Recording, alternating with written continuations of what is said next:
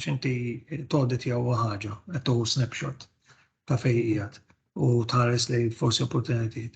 Imma meta qed timmanage l-enerġija mhux biss qiegħed tikkoreġi l-ineffiċjenzi, imma wkoll qiegħed tara dawk il-sistemi li inti poġġejt jibqgħu effiċjenti over time. U dal-energy program jeżiġi ċertu steps li tittieħu mhuwiex faċli, għandu livelli, 4 livelli ta' prerequisite, bronze, silver u gold level. U jvarja, ġviri prerequisite huwa tissetti affarijiet in place, tipo jkollok energy manager, energy team, li tiċċekkja l-kont. Ħafna drabi ġieli qas jiċċekkjaw il-kont, jaraw l-meter qed jaqla tajjeb, ġviri affarijiet bħal dawn huma prerequisite. Jibqa' tiela sal-livell li inti tevalwa kull possibilità ta' renewable energy. Wara li inti tkun effiċjenti u mhux qabel, ħafna drabi nawassir qabel, niġġenera renewable energy biex nikkompensa l-ineffiċjenzi. L-ewwel tkun effiċjenti u mbagħad tirreġa' tagħmel renewables. Tevalwa kollox. Nista' ngħid li aħna evalwajna wind, evalwajna geothermal, evalwajna PVs.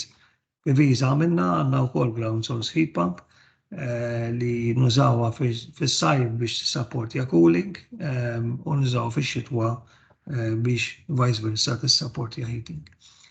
So inna ħafna numru ta' snin nagħmlu ħafna effett. Mela niġi għal compressed air. Il-compressed air huwa topic fejn għalina huwa wieħed mill-major users tagħna ta' enerġija, il-magni jużaw compressed air. Ħafna drabi compressed air jittieħed bħala jiġi underestimated, in my opinion, biex jiġġeneraw huwa an expensive commodity, għax inti il-laws of physics jgħidu li ħafna minn dik l-enerġija input ħatmur fi sħana. So meta għandek compressed air ġa taraf li huwa utility flessibbli ħafna imma relativament expensive. So easy tqabad biċċa pipe u għandek il-power tal-compressed air imma it's an expensive commodity. So li ħanprova nagħmel huwa li nħares li aspetti varji tal-compressed air għax kollha huma affarijiet li aħna għamilna. Kollha affarijiet li ħaresna. M'hemmx one fixed solution għal compressed air. Hija sistema komplessa u jista' jkollok l-aħjar magna, jista' jkollok l-aħjar parti mis-sistema u il-kompless li jagħmel is-sistema effiċjenti. So meta nara nies jagħmlu action waħda tajjeb. Drabi jgħidu ħammur nħares lejn il-leaks.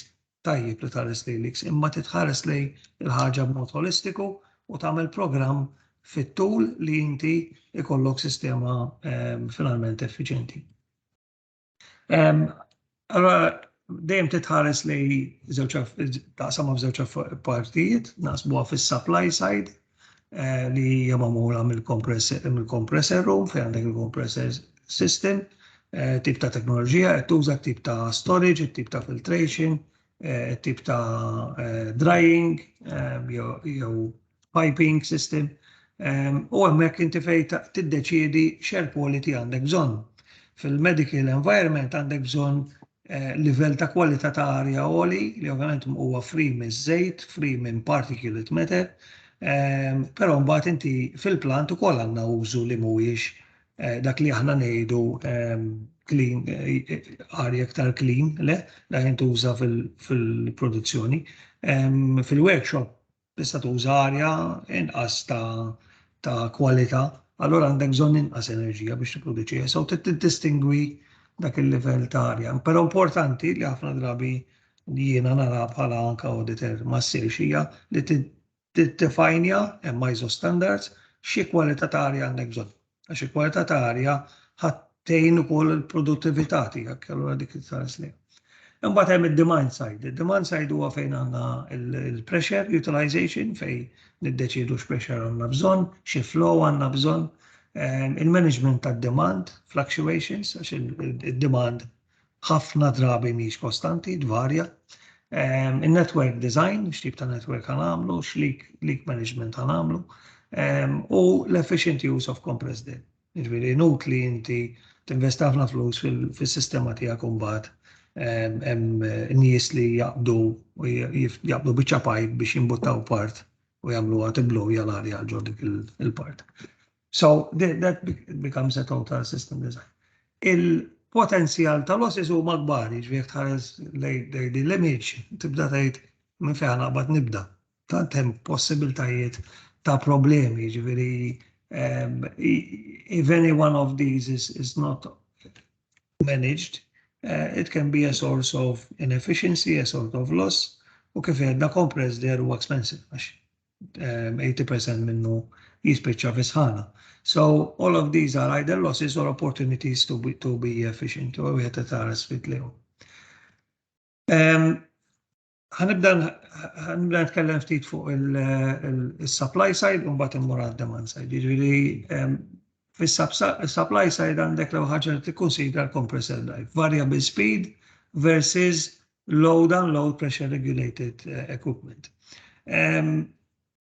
Hija ċara li variable speed drive huwa ħajoloq livell ta' effiċenza ogħla. Però mhux necessarjament dan huwa żball li jsir b'mod komuni. Jekk inti ma timmeċċjax is-setup tiegħek mad-demand profile tiegħek, jista' jkun ukoll ineffiċjenti. Jekk inti tħaddem variable speed drive at 100% huwa iktar ineffiċjenti minn fixed speed compressor għax inti għandek il-conversion process, l-inverter li it's an add-on to the normal compressor. In that mode it's inefficient by typically 2, 3, 4, 5%. And again, it's not about big numbers, it's about squeezing every bit of energy you can out of the system. So sizing and the setup and the management of the compressors is important. Meta aħna minna upgrades il-compressor system tagħna jew ġejna biex nissettjawha, dejjem l-ewwel għamilna demand profile study. Jiġifieri ħarsu lejn il-profile tagħna tad-domanda. Di tista' tvarja anke cyclically, jiġifieri jista' jkollok seasonality, jiġifieri jkollok fis-sajf għandek demand profile, fix-xitwa għandek oħra. Jista' jkollok demand profile differenti throughout the week. Il-weekend ikun differenti ħafna, per eżempju, minn matul il-ġimgħa. Jekk inti taħdem 24 hours, mod jekk taħdem 8 hours mod ieħor. So all of these things are items to be considered and you need to measure first. Rather billi taqbad u tmur tixtri biċċa equipment, okay? Il-capital investment ħafna drabi huwa significant, importanti, so għalhekk tajjeb tippjana.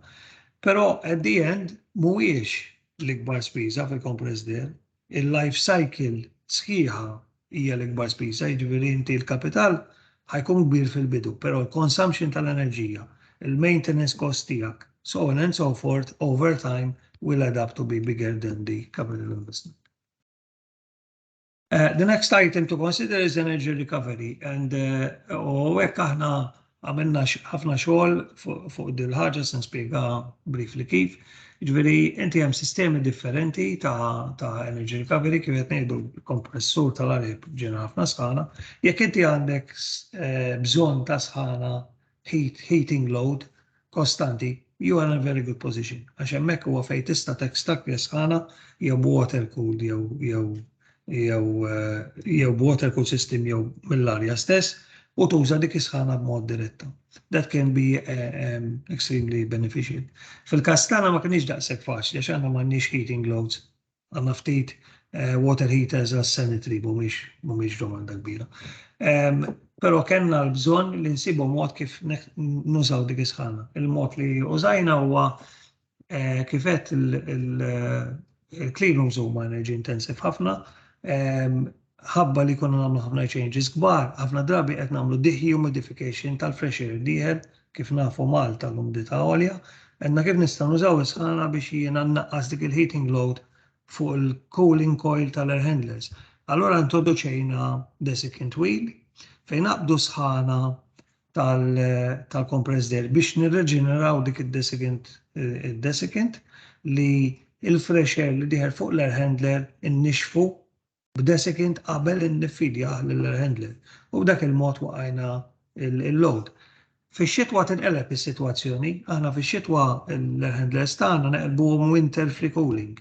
Jiġifieri peress għandna heat load interna, ma nagħmlux cooling, ġast nużaw l-arja ta' barra li hija kiesħa iktar biex inkesħu. Però mbagħad għandna xorta waste heat tal-kompressuri. F'dak il-każ għamilna air to water heat exchanger u naqbdu dik isħana u nsaħnu l-office space. So kif qed taraw fittixna kif ħanużaw dik il-waste heat mill-kompressuri tal-arja.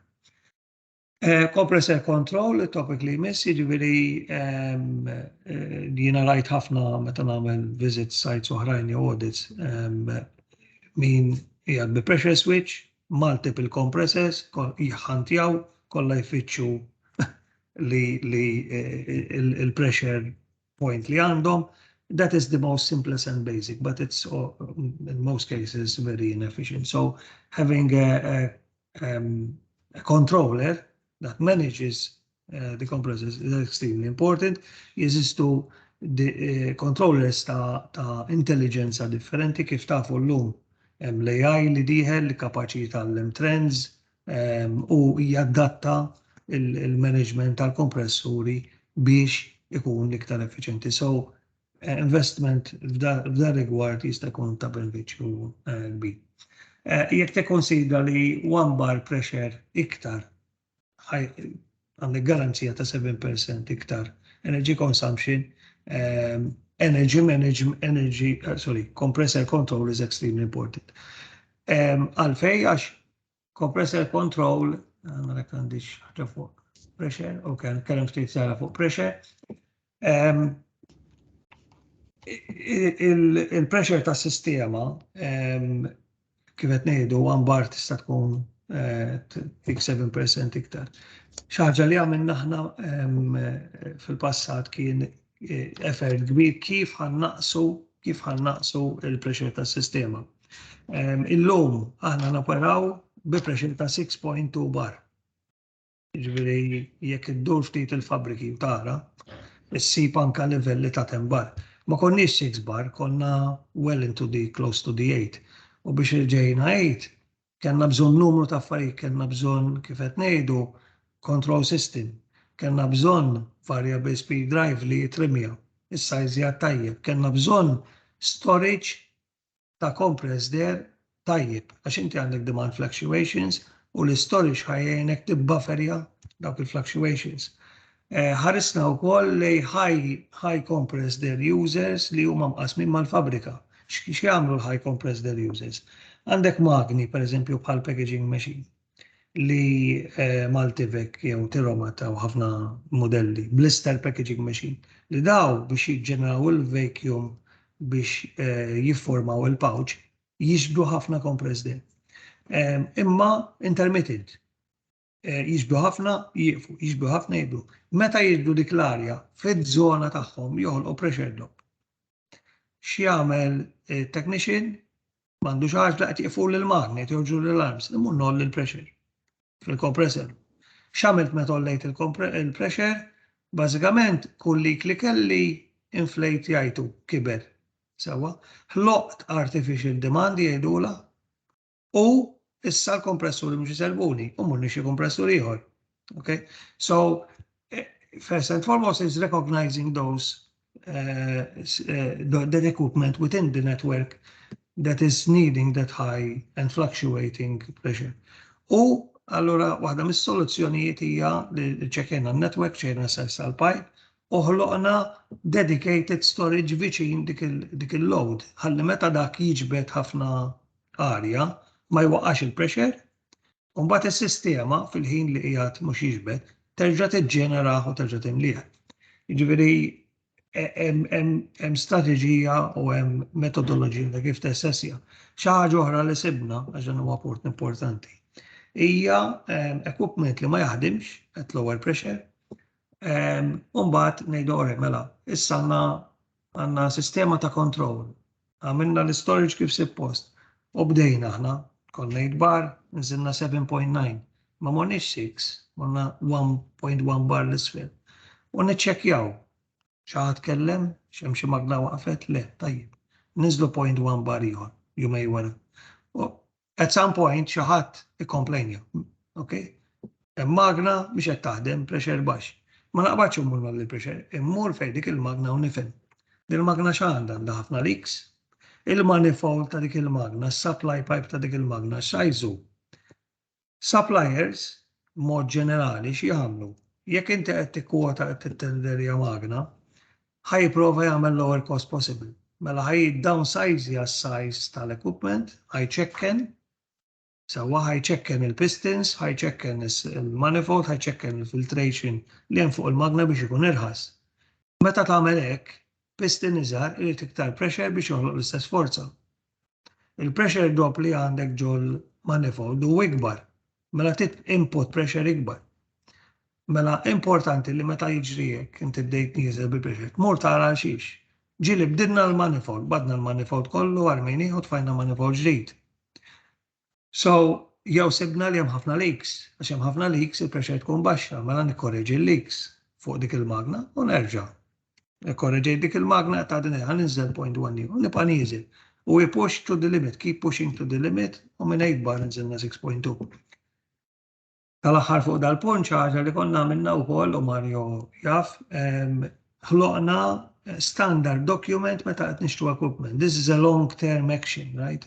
Inti il-magni li għandek huma li huma mset mur taqbad u tibdilhom għax għandek bżonn baxx il-pressure tal-compress there, imma tista' inti taf sigura li fil-futur il-magni tiegħek jaħdmu wet lower pressure. Mela allura għedna aħna li meta nixtru magna rridu magna li taħdem 5 bar. Dak ifisser li s-supplier ħajkollu il-manifold jagħmlu li ħafna ikbar, il-piston ikabru. Sewa, ma ħalix fideh 5 bar, minimum 5 bar, u nittestjaw, niżlulu l-pressure, jekk ma taħdimx għad 5 bar, ngħidu għandek xi ħażina korreġija. Mhux hekk labtek jien. So that's also an important step. Okay, nitkellmu fuq drives, il-motor technology tiegħem u li ju dejjem timbotta biex nagħmlu motori iktar effiċenti għax il-motori huma fid-dinja huma consumption ta' enerġija kbira. So understanding the motor technology, especially when purchasing equipment, is extremely important u din hija wkoll fil-kompressuri tal-arja. Jekk tħares biss lejn il-prezz tal-magna li qed ibijawlek, ħadd iżbalja għax inti jekk xi ħadd qed ipoġġili IE5 u IE4 jew IE3 mhux l-istess ħaġa, m'hemmx livell ta' effiċjenza l-istess. So importanti li wieħed meta qed jixtri equipment ħares lejn dawn l-affarijiet. Hemm drives differenti, hemm jista' jkun bell driven, illum ovvjament ħafna minnhom huwa direct drive, so make sure you understand the right equipment when buying it. Il-kondizzjonijiet tal-kamra xi ħaġa sempliċi li ħafna drabi is overlooked, nidħol fi kmamar li bażikament iktar huma sawna mill-kamra. Importanti li jkun hemmhekk jekk inti mhux qed tuża dak il-waste heat qed textractjah u qed tarmih barra mill-kamra. Xi ħaġa requirement tal-Lean Energy Program tagħna hija li is-suction tal-arja nieħduha mill-iktar postijiet tisħin tal-fabrika, ma npoġġix il-compressor room on the south side of the building, għax hemmhekk hija iktar sħuna. Iktar mija kisħalari, iktar hija dense. U iktar għandi inqas għandi għalfejn nikkompressa għax ġaj iktar dens. Tgħid li mhux ftit percentage vera żgħir iva imma kun naqra tagħmel differenza. Okay? So lower to the ground as low as possible, north facing of the side of the building, shaded area, ħalli jiena dejjem nixbet l-arja l-iktar kisħa. Il-kamra tkun nadifa, importanti. Mux il-kompressor tintuża bħala stor, nitfawla minn kollox, nekstraktjaw l-arja. Dak huma affarijiet importanti biex inti ikollok arja ta' kwalità bl-iktar effiċjenti possibbli. Maintenance, bla dubju ta' xejn, tiġri ħafna, filters li jklogjaw, allura l-kompressor ħajbati iktar biex jiġbed u jikkompressa l-arja, okay? Dan huma affarijiet aspetti suppost ovvji imma ħafna drabi s-sikli ma jkunux qed isiru. Il-maintenance isir on time, bil-kit it-tajjeb, iż-żejt it-tajjeb, so on and so forth. Receiver capacity tkellim ġa ħafna fuqha, dan huwa eżempju fejn huwa ma kenni spazju ġewwa, so poġġejnihom fuq il-bejt, ippajpjajna kif suppost u għandna dawn l-storage separat. Is-size tal-receiver huwa importanti. Rajt, ħafna drabi rajt vendors jekk ibijaw magna ta' 50 kilowatt, jitfawlek 1000 liter vessel. Ibijaw magna ta' 200, jitfawlek 1000 liter. U fejn where is the science behind it? Inti tikkalkula s-size tal-vessel. U s-size tal-vessel jiġi kalkulat mid-demand profile tiegħek, minn dak li għandek bżonn, mis-size ta' magna, so on and so forth. L-storage huwa buffer, huwa damper. Jolloq dak id-dampening effect li jibbriġja il-peaks tiegħek mal-dan. U jekk m'għandek storage tajjeb, il-kompressur ħajbat joqgħod jagħmel ħafna cycling, dielu jireġ biex ilaħħaq. U ħat-istressjaħ, ħat-iwerjaħ iktar malaj, ħiġi inqas ineffiċenti u ħajkollok maintenance cost ikbar. ċaġa ngħidu fuq il-vessels hija li l-piping tal-vessel ikun tajjeb. Nara vessels just imqabdin pipe wieħed. That is wrong, hemm studies li juru fejn dik l-arja qatt ma toħroġ minn dak il-vessel. U hemm raġuni għaxiex, when you pipe a storage vessel, you pipe through the vessel. In from one side, out from the other. Jgħidu għek mux hemmijat il-storage, le, ma tħadimx hekk. Okay,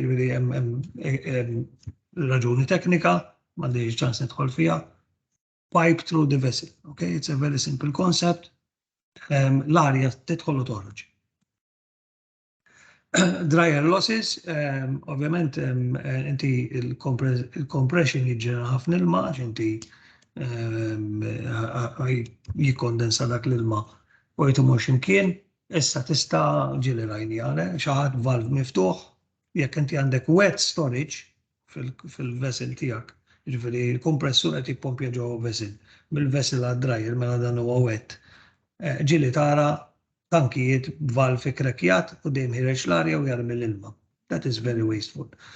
Tista' tagħmel on-off, condensate drain, jew inkella tista' saħansitra llum hija komuni ħafna tagħmel zero air loss. Huma drains li jarmu l-ilma imma ma jarmux qatra arja. Okay? L-arja hija prezzjuża ma jdu nagħmlu xejn minnha. Ġifieri huwa żball li ġast tikrekkja bħal. L-air treatment semmejt anka fil-magni, importanti s-sizing, inti trid timminimizja il-pressure drop. Okay? Jekk inti qed tiġġenera fil-compressor room 6 bar, jekk jista' jkun at point of use jasal li 6 bar. Mhix possibbli, għax inti għandek pressure drop fil-treatment tal-arja, għandek pressure drop fil-piping, imma is-size ta' dak l-equipment huwa importantissimu. Jiġifieri mhux ġast titfa' any size ta' manifold. Jiġifieri jdu nagħmlu dawk il-pressure drops l-inqas possibbli. Okay? Piping hija xi ħaġa komuni, żball komuni fl-opinjoni tiegħi, għaw soluzzjonijiet varji ta' piping. Again, nerġgħu nitkellmu fuq pressure drop, qed nitkellmu fuq longevity ta' sistema. Jista' jkollok soluzzjonijiet varji li jaħdmu anke meta ma jkunux iddiżenjati għal compressor. Aluminium piping speċifikat mibni u ddiżenjat għal compressor ħafna drabi huwa l-aħjar soluzzjoni għal diversi raġunijiet ma jiffawljax, ma jikkorrodjax, allora l-friction ġol pipe tibqa' tal-ekwale over time. Il-fittings ma jħolqux sharp edges. Sharp edges jew sizing, ġifieri size ta' pipe li jaqgħu jiġkien jew jikber in a sharp manner minnu fil-mechanical engineering jifhem li joħloq losses. Okay, so a transition is extremely important.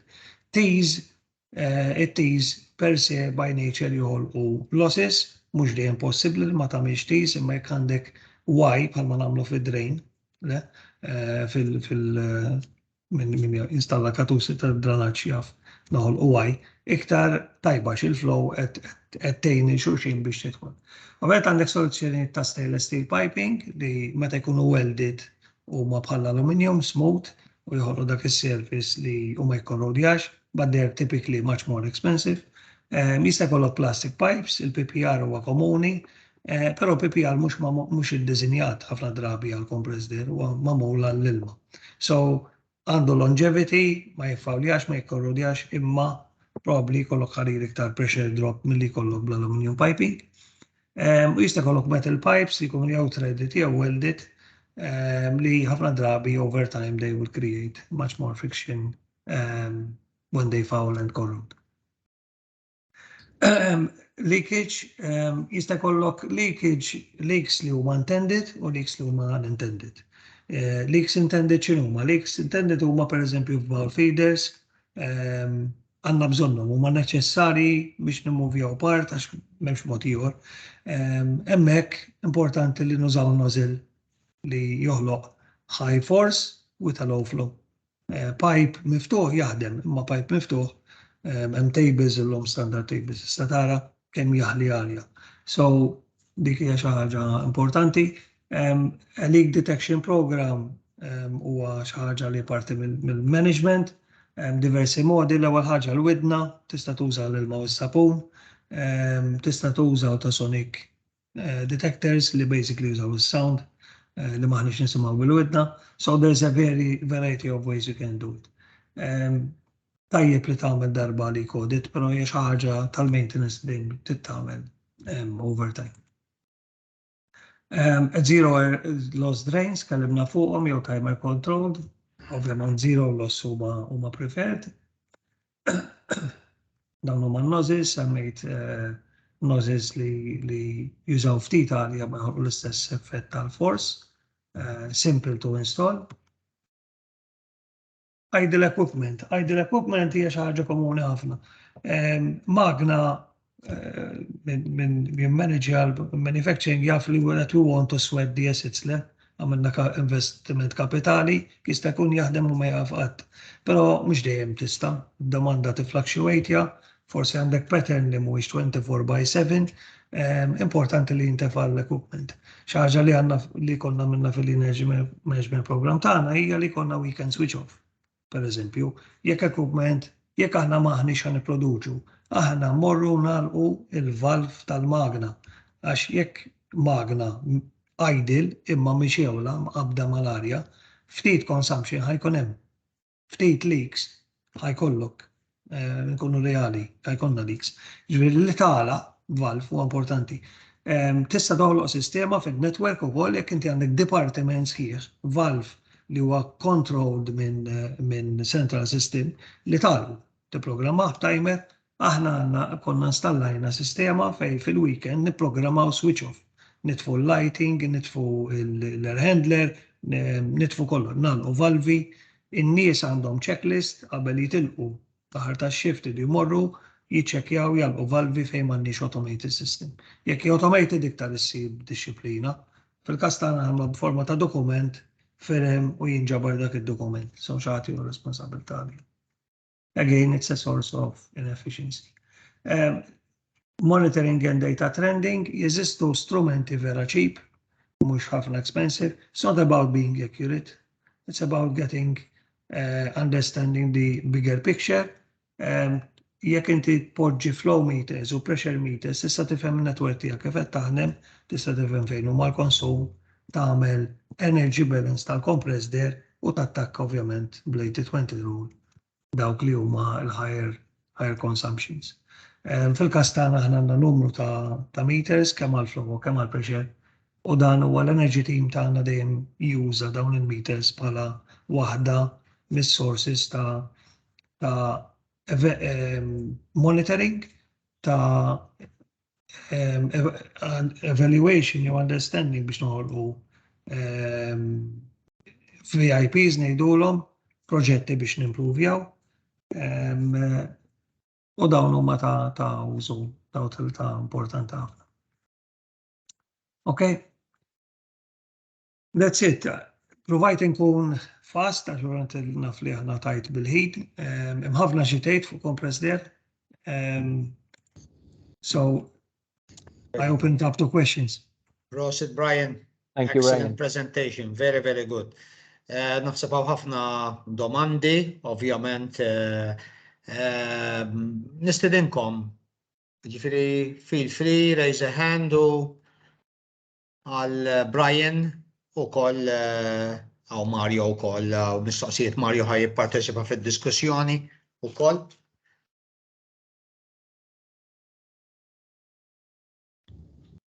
Mela. Jien minna ħatijaj m'għandix mistoqsijiet, però kienet m'għandix mistoqsijiet mhux għax naf kollox ta' ġifieri, għax vera kienet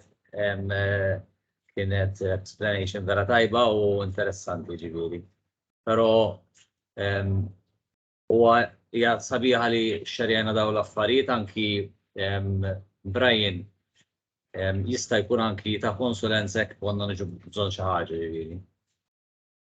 Grazzi. Grazzi. Grazzi Mark. Charles? Min naħa tiegħi il-preżentazzjoni kienet interessanti ħafna, kienet kif għal Mark ċara ħafna, ġifieri no questions to be asked as such. U naħseb nitalmu ħafna minna. Jien dejjem kont preferi il-BPR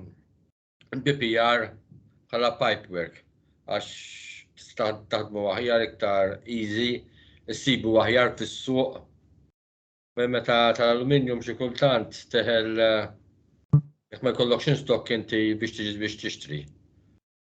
Assolutament, jien mhux qed ngħid li piping system hija aħjar minn oħra, għalkemm assolutament jekk ikun tal-ħadid mhix aħjar minn tkun tajba fil-bidu, speċjalment jekk kien hija welded, però l-problema tal-fouling qed tiġri. PPR huwa tajjeb, jiġifieri huwa plastik, mhux se jkorrodja. Pero again, it's about tiġi f'punt fejn inti qed tfittex affarijiet żgħar, okay? U piping li huwa ddiżinjat għal compressed air ħajkun iddiżinjat b'mod li huwa qed itik dak il-point 1 bar. Qed ngħidu 1 bar hija 7%. Qed infittex point 1 now, point 1 now, point 1 now. Flimkien they add up u inti losses għandek. So dik hija r-raġuni. Li naf żgur fis-suq jaqgħu min iġib piping tal-aluminium iktar minn kumpanija waħda. Jekk teħel jiena ma għandi ħadd nista' ngħidlek minn jeżisti. Inti dejjem għandek tikkonsidra il-moment partikolari. Xi ħaġa li dejjem ngħid jiena l-aħjar moment li tagħmel energy efficiency meta inti qed tagħmel equipment mill-bidu. Jew qed tirriferbixxiha biex tiġġustifika li inti tbiddel equipment just tal-energy efficient diffiċli ħafna għax l-ispiża hija kbira. Ir-returns ma jkunux daqshekk kbar li ġustifikaw li saħansib tadixxi. Imma meta qed tagħmel investiment l-ewwel darba, l-extra cost hija differenza biss bej standard, ngħidulu standard spend u more efficient spend. U savings huma kbar compared ma' dik. So għal ftit nagħmel Mill-lat ta' PPR, kompli ma' Brian nġi xaffarijiet through experience, ċertu ditti li supplixxu PPR u hemm minnhom li joffru specifically PPR għal compressed air li jkun pipe blue. Fis-suq ħafna PPR, toqgħod attenti wkoll x'tixtri, okay? Ġifieri minn kelli letteralment inbiddel pipework ma jintużax għal compressed air, ġifieri mind you. Plastik ukoll PPR qgħod attenti meta tużaw barra. PPR deteriorates fast. Ġifieri jekk tikkompara anke mal-acorn fix-xemx tittatti. Għax letteralment speċjalment fittings u hekk tibda tara fast deterioration. Jekk għandek xi medda ta' pipe qed tużaha għal compressed air u tibda deteriora bix-xemx ma tinx xi ħaġa sabiħa lanqas. Thank you.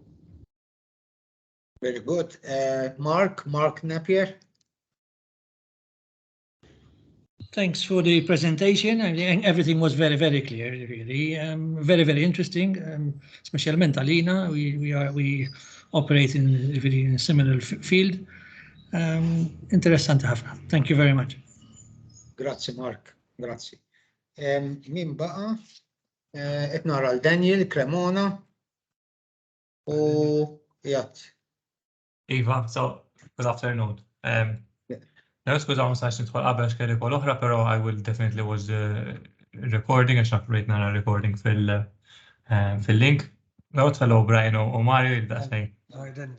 Kon naħdmu fil-imkien ġo ħafna mill-affarijiet li semmew nafhom u Rejna dak il-bowl feeders, Brian, għoduni ħafna memorji. So, bħal ma sema Mark, bħala HID, so, qed naħdmu ħafna fuq dat tip ta' equipment u ta' losses, għax ovvjament we believe, mhux just from a financial point of view, ma bħala sustainability, ġi qegħdin naraw il-losses li għandna madwarna, will not solve everything, ovvjament nużaw dejjem il-konċett ta' Pareto, però għamilna pass naħseb 2 years, għamilna improvements kbar. Ġifieri, ovvjament, there's always room to improve, u dat tip ta' sessions huma importanti. Affarijiet li forsi għalina jkunu lovji, jew affarijiet li għajnejk joqogħdu, and these things kultant they pick up sa ħaġa differenti tgħid iva veru wara. I never thought of that. Għalhekk dawn sessions huma importanti. So, I recommend inkomplu nagħmlu tip ta' sessions ta' knowledge sharing. Grazie Daniel. Tim, jien unless qiegħed mhux qed nara jien, Franco Portelli hawn qiegħed? I don't think he made it. No, he didn't. U waqqas Ryan Brinkat? No. I will send them the recording. For those who are still here, I have one quick question. Who here is interested in implementing some kind of initiative with air compression? So now that you've attended 2 sessions, the one with Delaro and Baxter, who is actually going to do something so that I get in touch with you and provide any support following up? U xtaqt ukoll Tim forsi torbot magħha anke l-MRI nixtieq inti għall-ispazju wkoll bejnietkom anke mhux bil-fors nagħtu l-informazzjoni kollha issa tamma niffaċilitaw fuq il-Malta Enterprise Support Measure Schemes li hemm jiġifieri li norbot mad-domanda li għamilt Tim inti min biħsibu jimplementa xi proġett, jiġifieri aħna hawnhekk kif semmejt fl-introduzzjoni apparti li l-għana u li kien li nisimaw li l-Baxter jiprezenta l-best practice li aħna mbagħad naraw fejn nistgħu nidħlu u nissapport jew b'dawn il-financial measures. Imma nħalli fidejkom Tim Emery forsi tidħlu iktar biex norbot mad-domanda li saqsa Tim issa. Grazzi. Thank you, Joe. No, that's it. That's why I'm asking if anyone's interested in any projects, because of course there's also the financing aspect. But I'll get into that in more detail if someone is actually going to plan anything. From our side, we're planning for the near future, new equipment. Then we'll get in touch if need be. Yes, absolutely. So what I will do then is I'll get in touch with everyone to share the recording, and I'll let you keep the conversation going to discuss any ideas you have, or any other follow-up questions you might have, etc., etc. Tim, I have one question for Brian, if I may. Brian, you mentioned a lot of very interesting points. Well done. As a company, if I were a company, are there sort of any standards in terms of enough indicators biex ngħid ara jinfadal li 20% improvement? I have to benchmark with myself biex ngħid dejjem trying to go further. Xaġa li għandna fil-programm tagħna hija energy efficiency metrics. Jien semmejt l-energy program tagħna għandek checklist inti, verification, prerequisites bronze, silver, gold. Tista' titla' jew tista' tinżel, jiġifieri tlajna gold aħna nżilna silver, ġilna bronze, u ġejna tlajna. Għax we wouldn't tick all the boxes, okay? Waħda minnhom hija għandek table, jekk inti qiegħed at bronze level, għandek target ta' kilowatt hour per meter cube per hour of compressed air. So we measure the efficiency of the generation of the compressor. It's not the entire picture, it's not the use as well. Hija just il-production tal-compressor. Ġifieri għandna flow meter inkejlu kull ma ħireġ, unkejlu l-inputs fih. U dik hija, it becomes tighter and tighter to go to gold level. You need to be much more efficient than prerequisite level. Għax inti in each level required step of the requirement, you are doing certain things in the compressed air. So tibda bl-ewwel affarijiet, jiġri per eżempju li għandek controller prerequisite li għandek controller, li għandek storage tal-area ta' ċertu site. So there are every step. Our expectation as I am implementing and moving towards a better system, I'm expecting to have better efficiency. So il-benchmark tagħna huwa dak. L-standard, il-target efficiency, ġviri aħna nkejlu fil-compressed air, nkejlu fil-lighting, nkejlu fil-chilled water, nkejlu fl-air handlers, nkejlu aspetti varji ta' konsum u għanna efficiency target. Target mux wieħed, għanna 4 targets. Dawk il-targets, they are industry standard. Jiġifieri jekk jiena ngħid fil-compressor and I'm inventing a number mhux qed nuża l-veru. 5 kWh per meter cube per minute biex nagħti eżempju. Dak nafu mill-industrija, minn papers, minn standards, minn suppliers, that is really with current technology the maximum you can squeeze out. So mhumiex fl-arja. Ġifieri, pereżempju, għall-industrija speċifika għal-kwalità tal-arja li qed nittargetjaw. Okay? Aħna l-arja naqsmu f'żewġ partijiet, għandna planter, dak li huwa plant, jiġifieri li tista' tuża fil-workshop, u għandna arja li tuża fil-prodott li saħansitra għandha bżonn li tkun mingħajr żejt kompletament għax huwa medical li jkollha particulate matter inqas minn 0.2 microns. Saħansitra nagħmlu point of use filters jgħidu. Ġifieri għandna dawn it-targets u nibbenchmarkaw magħhom. U dawn it-targets ġew moħluqa minn knowledge of the current technology and the industry in general. So importanti li inti jkollok objective. Jekk inti tembarkja fuq energy efficiency program, importanti s-setja targets għalik, tifhem l-industrija vera. Anke jekk m'għandekx, jekk kejjilt lilek innifsek. Importanti tgħid għall-inqas I become better against myself. Aħna milux sentejlu ġejna wkoll sentejja u tlieta snin ġejna certified as of 2001, xi ħaġa fl-energy audits li kemm jiena u Mario meta nagħmlu audits il ħadd ieħor nissuġġerixxu huwa issa aktar minn qatt qabel kif spjegajtilek Emery li companies should try to go to energy management. Ħalli ma jiġu certified imma management program is much better than just auditing.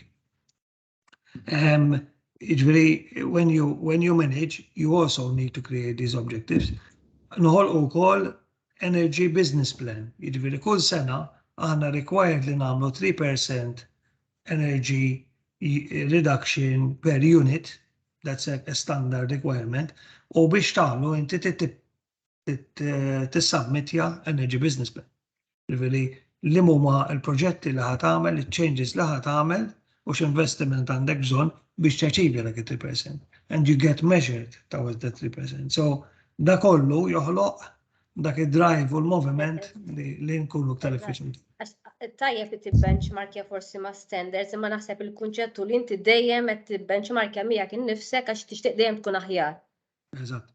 Però mbagħad hemm limit ovvjament. At some point you will understand that there's and knowing that limit at some point becomes important. Mek inti għadek fil-ġerni, għadek fil-bidu, m'għandekx għalfejn, it's not important. Probably għandek ħafna opportunitajiet, lower hanging fruit, go and start tackling. Right, so dan il-punt. Sorry, if I may, naħseb qatt il-musmar fuq rasu, so I think fil-bidu tal-ġerni hemm ħafna low hanging fruit. So mingħajr investiment ridiculous amount of investment qed nagħmlu gains kbar. Fent ħatasal f'punt fejn tilħaq daqsxejn ta' plateau. Fejn jekk mhux ħanbagħad tinvesti f'affarijiet f'equipment ġdid and what not, il-percentaġġi huma diffiċli, però waħna we also use an industry standard to monitor our performance, però we monitor ourselves and measure ourselves bħala year-on-year progress.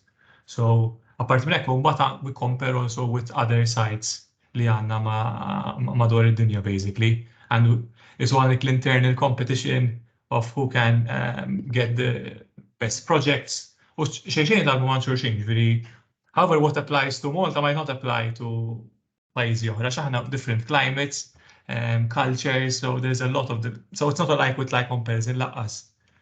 Aħna mill-latta l-energy program kif għal-Brian Russell gold level statuses il-numbers huma l-istess tal-plans l-oħrajn ukoll, li jekk Malta, Franza, l-Italja huma l-istess. Ovvjament li jkun hemm ċertu minor exceptions, imma mbagħad jiġu spjegati sew waqt audits, waqt l-energy audits. Ovvjament kif qed tgħid inti Daniel, jiġifieri low hanging fruit, equipment u hekk tkun investejt fih u kollox. Apparti hekk waħda l-affarijiet li qed nafsu bħalissa huma Kaizen events. Okay, Kaizen events ġab minn eżempju program għal next year, qed naqtu l-aktar high consuming machine, u jkun hemm aktar riskju tal-X. U naħdmu hand in hand ma' tal-produzzjoni. Għaliex, jekk ma taħdimx hand in hand ma' produzzjoni, il-produzzjoni importanti tagħha hija li l-magna qed taħdem. Ġieli tiġi tmur tidħol tinvesti tinvestiga fil-magna ssib ċertu kif ngħid kontrabandu biex inti il-proċess għaddej u ħanaħbu minn tal-facilities. Imma dawk il-Kaizen events għalhekk huma importanti għax minn hemmhekk imbagħad il-produzzjoni qed tifhem li qed tifhem ukoll l-importanti tiegħek li jkollok dak l-energy standards fl-istess ħin inti qed tifhem isma' li ma jistax taħdem hekk għax għandna il-problema ma naraw x'inhi. Illum kif qal Brian nozzles specifikament nozzles improvement ta' valves li magna tista' ġibha taħdem ħafna aktar effiċjenti, okay? U hekk qed tgħin reduction ta' compressed air u wkoll qed tgħin ukoll production output. Ġieli magna ma tkunx qed tagħti l-output tagħha laqgħa il-biċċa tax-xogħol. Mario seba' punt importanti, waħda hija employee engagement, dan involvu kulħadd fil-kumpanija. U secondly, semma oħra tajba hija li nikkwantifikaw x'jiswa. Per esempio għal components aħna fl-scrap għamilna kemm tiswa l-part. Li meta taqa' mal-art u jdu jarmuha jafu li għalmejna 2 cents. 2 cents head up. Tista' tagħmel l-istess fl-enerġija, jiġifieri u ġieli użajni. So, bniedem meta jifhem iktar ikollu motivazzjoni. Good. Jiena għandi domanda. Domanda niftakar ħafna snin ilu meta kien pereżempju konna nibdew niddiskutu l-aspett tal-HR u beda diħel l-HR manager u fil-bidu kien he or she was taking a bit lip service ngħidilhom jien, ġifieri kienu jgħidulu l-HR manager fil-board jew fil-board of management x'in iftira tkun saret ngħidu. Ovvjament l-lum inbidlet, is-sitwazzjoni inbidlet ħafna, mhux illum ta' ġifri ilha ftit imma għandi l-istess domanda x'pronani Daniel x'inbeda jsemmi l-business plan. Interessanti, in-nies ġifieri fuq is-suġġett issa, I'm not talking generally bħala engineer ta' qed ngħid, da suġġett, ovvjament qed jippikja ħafna. X'level qed intuħ at board level? Bħala enerġija, pjanar, and so forth. Dik l-ewwel domanda tiegħu. L-oħra hija tinteress li biex nitgħallem jien ukoll.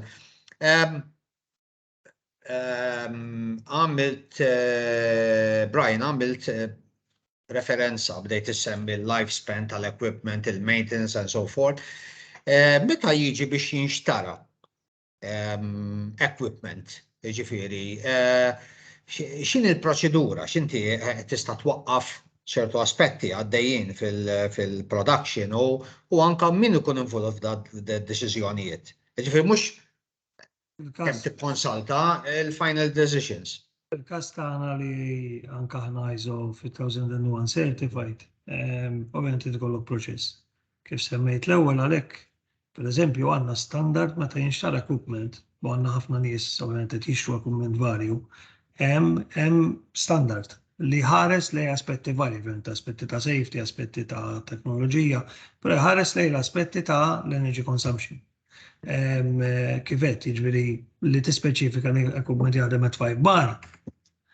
Infatti tihom xokk is-suppliers għax mhux huma kista jkun jitfalek li żgħar parts. Però mhux biss li ma efficiency rating tal-motur. So on and so forth. So aħna għandna standard u għans li jkollok tieħu l-kedda darba biex tagħmlu.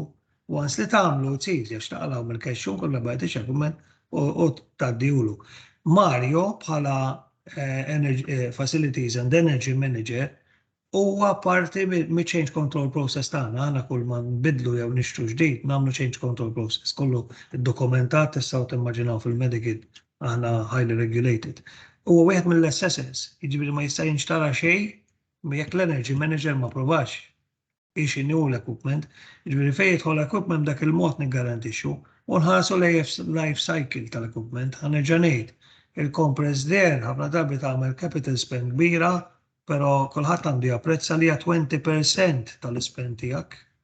L-80% l-oħra ħathom fuqhom fl-enerġija li ħadd ikkonsma, fil-maintenance tiegħek, fil-losses li ħadd inkerja għabba l-kwalità baxxa tal-arja, so on and so forth. So jekk ħares biss li capital spend li tiġri ħafna minn ħajtin l-irħas prezz, qed tiżbalja, tittaqqat il-biċċa l-oħra, tipproġetti għall-biċċa l-oħra, taqqadhom flimkien u tgħid din hija l-ispend. Per eżempju, jekk qed tixtri kompressur jew compressed air system, tittimmeċċja mad-demand curve tiegħek. Huwa żball li taqbad ixi. Jeżistu kumpaniji ta' compressed air equipment li ma jtikx magna jekk ma jifhimx fejn tpoġġija. Għax huwa faċli ħafna li any very good equipment, top quality equipment in the world, li functions incorrectly within the wrong system because it's not matched to the needs of the system. Vidik fuq dak il-punt ta' fejn huwa l-involviment tal-equipment u l-energy efficiency. Semmejt tal-impjegati inti, mela aħna again ħabba requirement tal-energy program tagħna u aktar riċenti bl-2001. Għandna energy team. Mario huwa il-leader tal-energy team. Jintaqa l-energy team magħmul minn wide variety of representation, technicians, machine operators, management, so on and so forth. Isiru l-energy team meetings throughout the year. Irid joħloq quarterly energy management report. Jiġifieri irid joħloq bħalma nagħmlu management review report, joħloq energy management report, għandu business plan, għandu targets u dawk jiġu preżentati lill-management. So l-employee engagement huwa importanti. Semma wkoll il-Kaizen. Aħna nagħmlu ħafna effort fuq safety, però qed nagħmlu ħafna effort fuq energy efficiency u dak tagħmlu billi tinvolvi n-nies. Kaizen event hija waħda mill-lodda li għandek.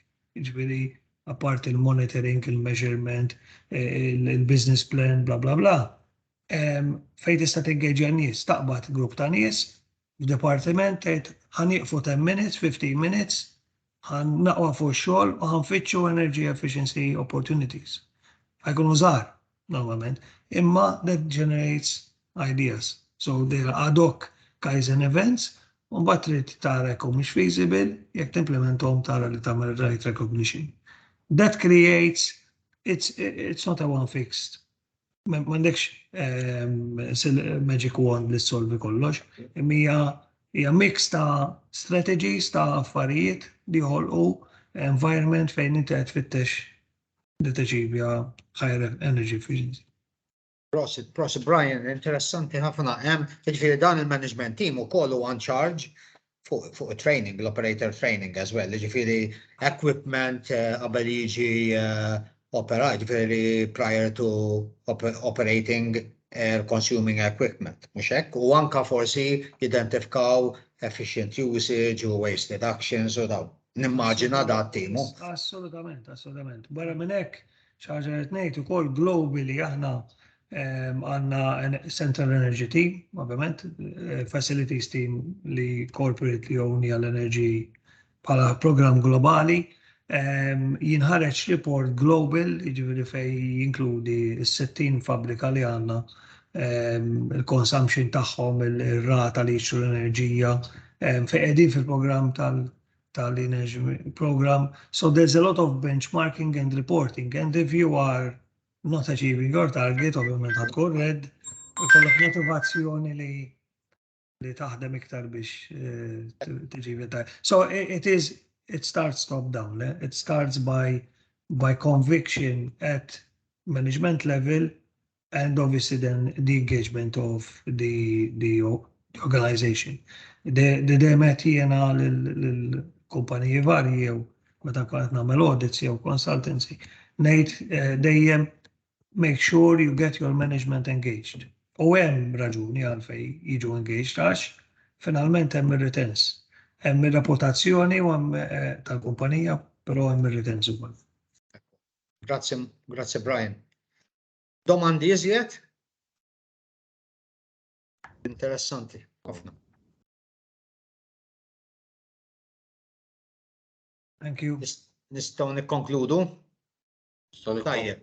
Mela, kif qed taraw aħna da sessions insommu osra, very business friendly, importanti għalina, kollha intom nies busy. Imma nistidnukom li ma jżomkom xemm li tagħmlu follow-ups anka mhux biss email anka użawna biex niffaċilitaw Teams calls oħra bejnietkom. Għalhekk qegħdin hawnhekk. Meta narġa' ngħid għalhekk qegħdin hawn anke aħna flimkien mal-aġenzija li tirrappreżentata minn MRE. So jekk m'hemmx xi ħaġa tixtiequ żidu Tim MRE nikkonkludu hawnhekk. Agreed. Thank you very much. Grazzi ħafna lil Baxter, grazzi Brian Tabona u ovvjament Mario Sherry li kontu magħna. Jiena biex inkun għalija x'għamil xi noti it-tlet kumpaniji li kellna l-oħrajn kienu Dewfresh, Metal Form u HID Global, u xek? Ija. Dawk, mhux qed ninsa l-ħadd jien. Jew qed ninsa xi ħadd. HID Global, Metal Form u Dewfresh. Tajjeb naħseb. U xek, dawk unless I am biex ma nkun insejt il-ħadd. Tajjeb. Grazzi ħafna. Thank you. Thank you very much. Keep up the great work, guys. Oh, have a great weekend. Ciao. Ciao. Ciao, ciao.